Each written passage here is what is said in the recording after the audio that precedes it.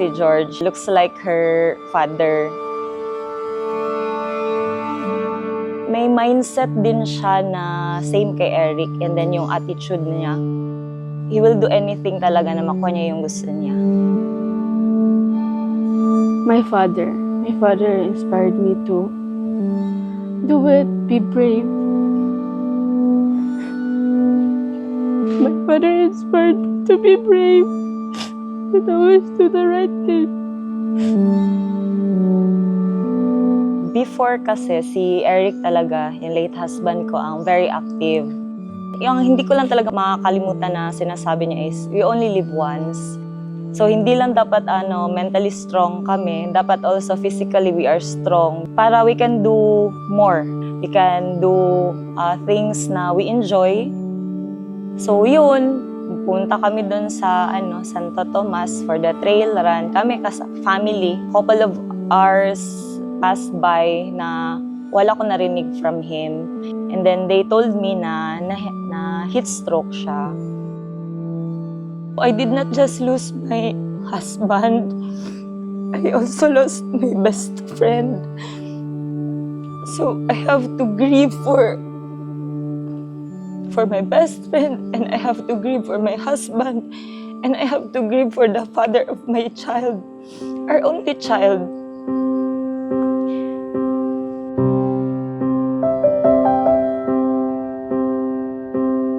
Every time I run, I remember him. Every time I join a marathon, he is always at the back of my mind. Yung help ni insurance for me is, it give me time to grieve properly for my husband. Parang hindi ako nagmamadali. So my husband got the FWD Manifest Insurance, investment link siya. And then may critical illness na rider also. So yung claims process, I was really expecting na matatagalan kasi under contestability period.